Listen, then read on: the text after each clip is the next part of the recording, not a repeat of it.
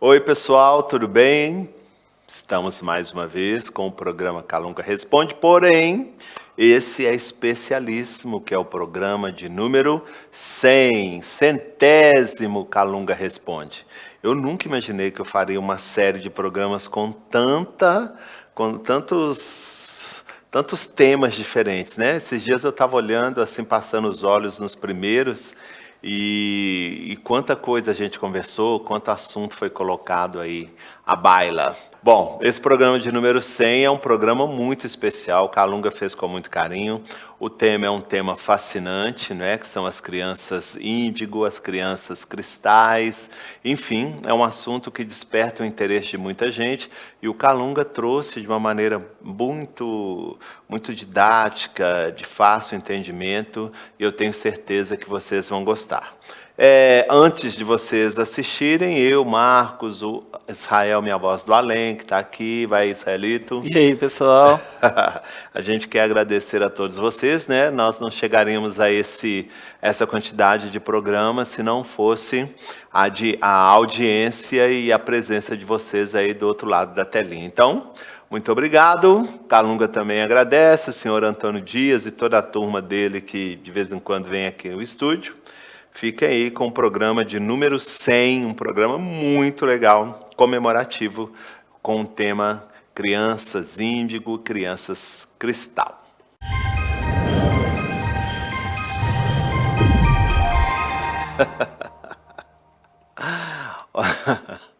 Ai, gente, aqui a gente já começa o programa rindo, porque é só bobagem. Eu já disse, vou repetir, né? Eu coçando as costas aqui.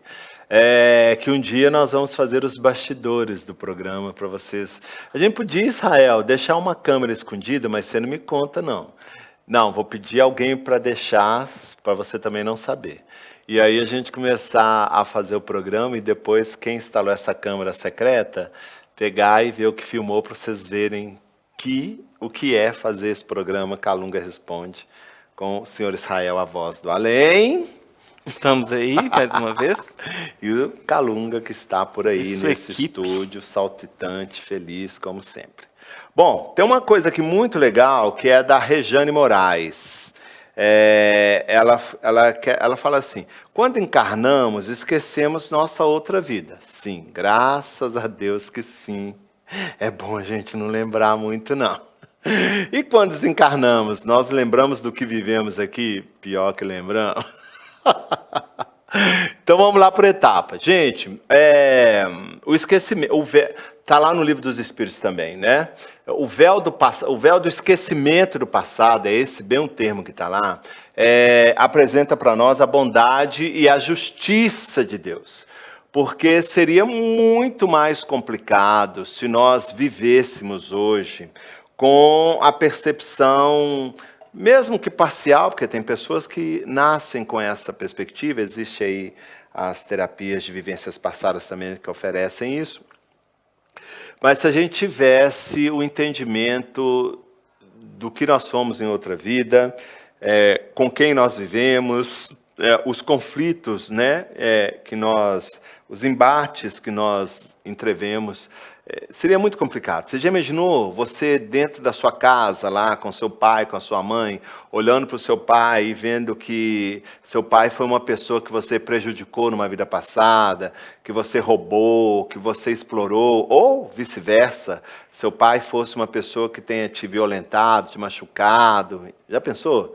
Já imaginou você olhar para o seu filho e falar assim: poxa vida, eu fiz muita coisa ruim com esse menino? Porque geralmente é assim, gente, né?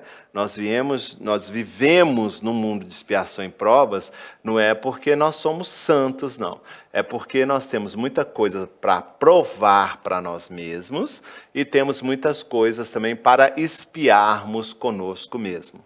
Então, não é castigo de Deus, não é punição do demônio, mas é um processo de autoeducação, né? Então, é bom que essas coisas estejam obscurecidas e bem escondidinhas lá no nosso inconsciente. Mas é claro que existem situações traumáticas, e eu quero só tocar isso porque é um dos elementos com os quais eu trabalho no processo de hipnose, em que a gente pode trazer determinadas vivências passadas, talvez nem de outras vidas, dessa mesmo, ou de vidas passadas, num processo terapêutico, para poder organizar melhor as experiências que o indivíduo tem no presente. Isso é possível de ser feito, não pode ser feito por qualquer um, né? Porque eu sempre brinco assim, você pode levar qualquer pessoa para qualquer lugar que você queira, mas trazer essa pessoa de qualquer lugar que ela tenha desejado ir sem maiores problemas, esse é o X da questão. Então, você pode levar ela uma vida passada, ela ter todas as experiências em função da lucidez daquele momento, vive aquilo, se emociona, enfim, mas na hora de trazer essa pessoa de volta à sua realidade, exige muita maestria, muito entendimento, muito conhecimento, delicadeza, respeito, para que aquilo que te motivou no processo terapêutico a levar a pessoa a uma outra existência, no retorno não se torna um estorvo ainda maior, né? E quando a gente desencarna, Rejane, a gente lembra assim, é narrado nos livros, né? Vários livros, em filmes, por exemplo, também, que retratam essas questões. No momento da morte, as pessoas, nossa, é como se eu tivesse entrado num túnel e estivesse vendo a minha vida todinha, flashes da minha vida, como se fosse um cinema, né? Então você vai lembrando, e geralmente são os pontos marcantes, pontos positivos que se tornaram elementos de transformação das nossas próprias almas e pontos também nada legais que se tornaram pedra de tropeço. E no decorrer da nossa adentrada ao mundo espiritual, essas experiências vão se tornando cada vez mais explícitas e muito mais vivas, diferente de quando a gente retoma o mundo físico. Porque a gente vai precisar dessa clareza para estabelecer, juntamente com os nossos tutores, um mapa, a estruturação de uma nova existência. Então, o obscurecimento da memória no momento do reencarne é essencial para que a gente viva com mais entendimento aquilo que nos cabe fazer. E a reestruturação e a manutenção da memória implícita no momento do desencarne é essencial, e quando a gente entra no mundo espiritual, é essencial para que a gente monte um projeto de vida futuro, juntamente com os nossos gestores e aqueles que objetivam nos encaminhar a uma vida futura. Dito isto, eu estava falando com a voz do além aqui, gente, eu estou fazendo espanhol, então tem uns momentos, estou iniciando, né, em que eu acho que a memória da gente vai nos dando fazendo umas brincadeiras, e tem hora que eu falo uma palavra em português, aí sai uma pronúncia ou um pedacinho daquela palavra em espanhol. Recentemente a gente estava aqui numa atividade mediúnica em que eu sou coordenador, e o Israel é uma pessoa que participa também, aqui na Clínica Holística Joseph Kleber.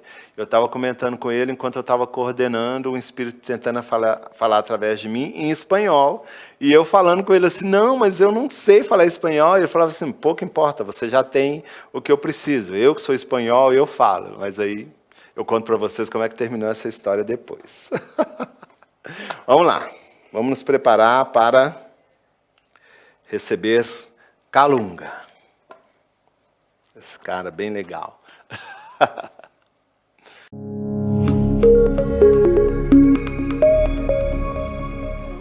Graças a Deus que Jesus nos abençoe, graças a Deus. É com uma alegria muito grande que mais uma vez retomamos o nosso trabalho. Essa parceria que Deus nos deu a oportunidade de estabelecer. E é claro que essa parceria objetiva um ganho comum, coletivo, né?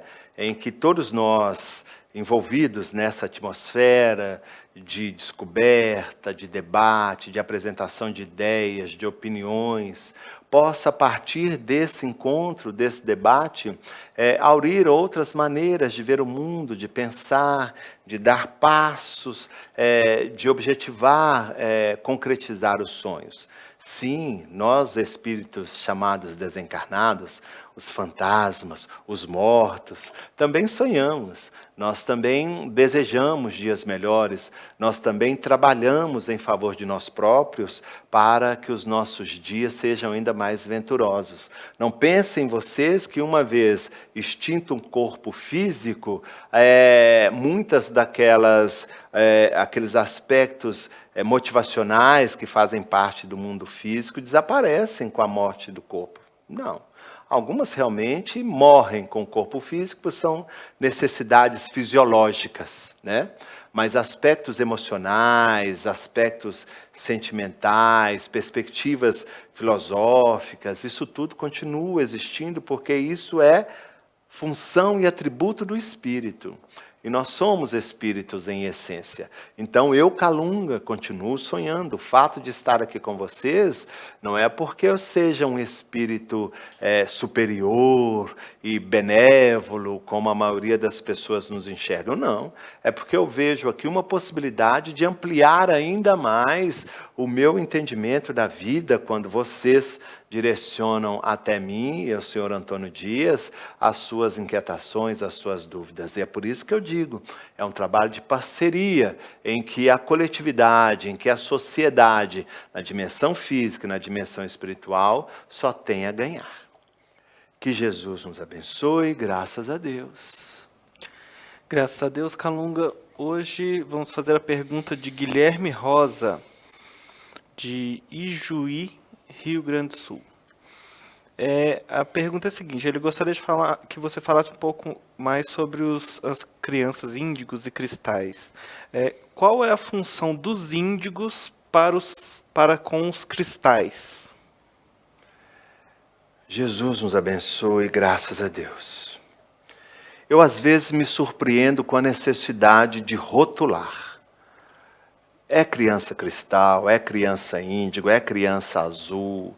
É uma enormidade de coisas que eu fico surpreendido, mas ao mesmo tempo eu compreendo, né, essa necessidade de estabelecer parâmetros, até mesmo para que se consiga entender o perfil psicológico, emocional, comportamental desses espíritos que começarão, já estão com você já há algum tempo, mas que a presença deles irá se avolumar ainda mais em função da necessidade educacional que o planeta Terra vivencia. Eu vou dizer para vocês, de uma maneira bastante clara, de forma que possa possibilitar o entendimento de quem perguntou e de quem tem o interesse nesse assunto, que esses espíritos que a partir de alguns anos passados começaram a adentrar nessa proposta nova de mudança de frequência do planeta e continuam adentrando, são e serão os maiores desafios que vocês encarnados terão. Por que eu, Calunga, digo isso? Porque uma das coisas que eles vêm restabelecer é justamente a ruptura com essa necessidade de rotular, de especificar, de fazer com que as coisas sejam colocadas em caixotinhos, né? Como se essas coisas colocadas em caixotinhos, na verdade, não fossem parte de um mesmo projeto.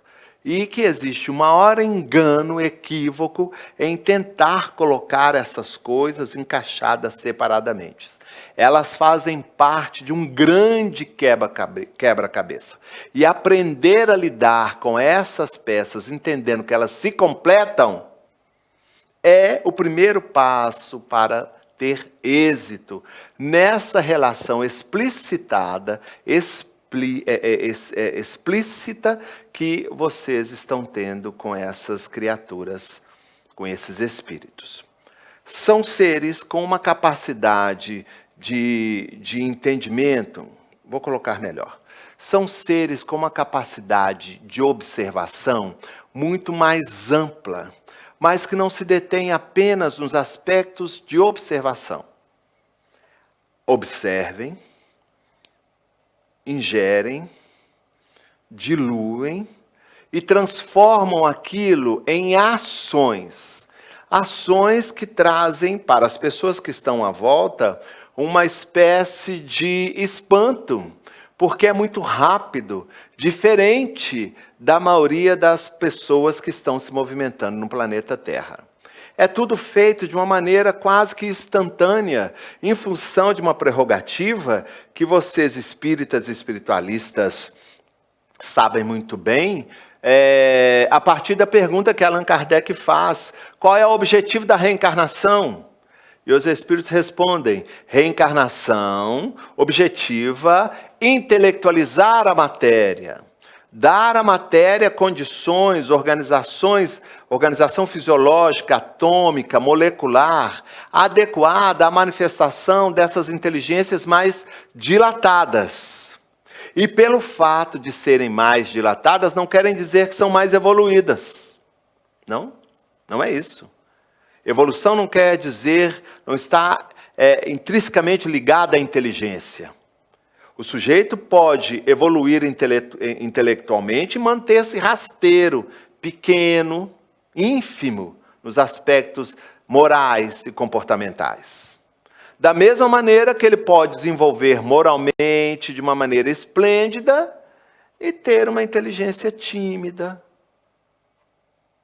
Essas coisas não estão atreladas umas às outras.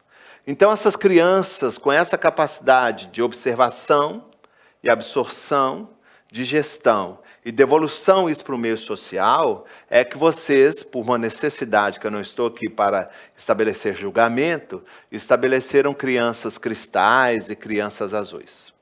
Elas têm essas características. Porém, isso não quer dizer que elas detêm um nível evolutivo mais alto. Haja vista que a grande maioria dos pais que têm recebido essas crianças e educadores, por uma incompatibilidade interna, não estão dispostos a desenvolver esse processo recíproco, que é inerente a qualquer criatura, para entender e interagir com esses seres. Porque o Criador, ele não é irresponsável ao ponto de colocar nas mãos de outros espíritos crianças com essas características. É a mesma coisa de apostar no fracasso de um projeto. Já se tem condições de se conviver com essas crianças de uma maneira mais saudável. Mas o que acontece é que a grande maioria de vocês se encontra indisponível para vocês mesmos. E quando eu, Calunga, digo isso, é em função dessas transferências que pais e mães têm feito com relação aos seus próprios filhos, ao relacionamento que deve ser um relacionamento de espíritos para espíritos, porque é isso que nós somos. E se estabelece, então, um relacionamento em que esquece-se essa realidade e, diante da possibilidade de exercer um senso dinâmico de responsabilidade na gestão e na condução daqueles espíritos, transfere toda essa bênção para coisas. Brinquedos, artefatos tecnológicos, viagens. E nesse processo, a ação permissiva diante de algumas crianças, principalmente essas que detêm essa capacidade de observação, tomam níveis de catástrofe. Porque aí o entendimento de hierarquia, pai e filhos, se tornam totalmente desassociados. E essas crianças, diante da capacidade de observação, absorção e devolução para o meio social quase que imediata, vêm em forma de todas essas situações que eu tenho certeza que a grande maioria de vocês encarnados se deparam no seu dia a dia. Repito, Deus não é um ser irresponsável. Deus não é uma essência que quer que um projeto elaborado com tantas minúcias, caiam no fracasso. Deus entende que essa possibilidade de um despertar da humanidade, com a inserção de espíritos com essa capacidade, é incontestavelmente saudável. Mas o que acontece são essas questões. É azul, é vermelho, é cristal, é prata. E aí, junto com esses rótulos, vão se colocando características que não são reais, colocando essas crianças numa redoma como crianças especiais, e elas não são especiais. São espíritos com avantajar espiritual que Deus achou interessante inserir na sociedade onde vocês vivem para ajudar no progresso, no desabrochar de outras características, de outras maneiras de se relacionarem entre si. É só isso. Não tem nada mais do que isso. Qualquer outra coisa que injetarem aí são concepções hipotéticas, são necessidades individuais ou de grupos de dar a isso uma característica excepcional, como se Deus vivesse de características excepcionais. E Deus não vive. Deus vive de realidade. Deus vive de concepções plausíveis de serem aplicadas. O excepcional é fruto do exagero da nossa imaginação. Vocês me perdoem eu falar assim com tanta paixão, porque Calunga e o senhor Antônio Dias, que está me ajudando aqui, nós nos deparamos com situações do mundo espiritual, pelo processo do desdobramento, ou pelo processo do desencarne, especificamente sobre esse assunto, características desastrosas, um sentimento de revolta contra Deus, por não entender que a parte do projeto que vai garantir o sucesso dessa implementação dessas criaturas no seio de vocês, é justamente do pai e da mãe. E não é procurando entender o indivíduo, terceirizando esse processo, mas é despertando na função de ser pai, de ser mãe, missão sagrada, os valores que dão condição a esses espíritos de serem pais e mães. Mas querem a grande maioria viver rasteiro, superficialmente, colocando os filhos num pedestal. Ai, meu filho cristal, meu filho azul, meu filho prateado, meu filho vermelho, meu filho roxo. Uma que ele não é seu, né? Você deu a ele só uma formatação física. Ele é filho de Deus, então já começou o engano aí. E outra, não é para isso que ele foi colocado aí na sua vida, não. Ele foi colocado na sua vida para te ajudar a despertar o que você tem de melhor. E dar, através da capacidade de absorção, de observação, absorção e devolução para a sociedade, dar a condição a esse espírito de ter o melhor, para que desse melhor, junto com as experiências que essa essência tem, fazer com que a humanidade chegue a dias ainda mais felizes. Entendam isso. Fujam desses rótulos.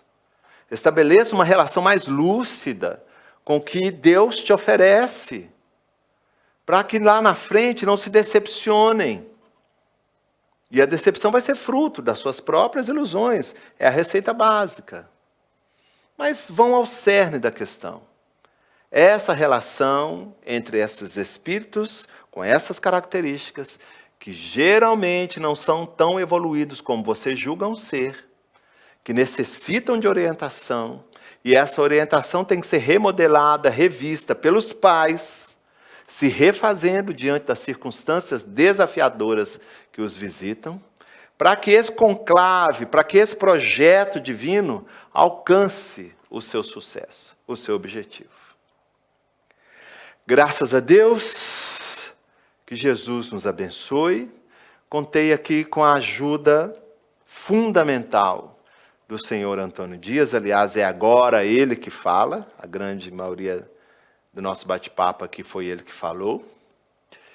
E espero que eu tenha atendido às expectativas de quem propôs essa pergunta e de quem também ouviu essa nossa resposta. Entendendo que não é um ponto final, mas é justamente um elemento a mais para que desperte a curiosidade especificamente sobre esse assunto e busquem de uma forma segura, equilibrada, sensata, entender essa dinâmica e quais são os seus reais objetivos e quem são essas crianças, ou melhor, esses espíritos.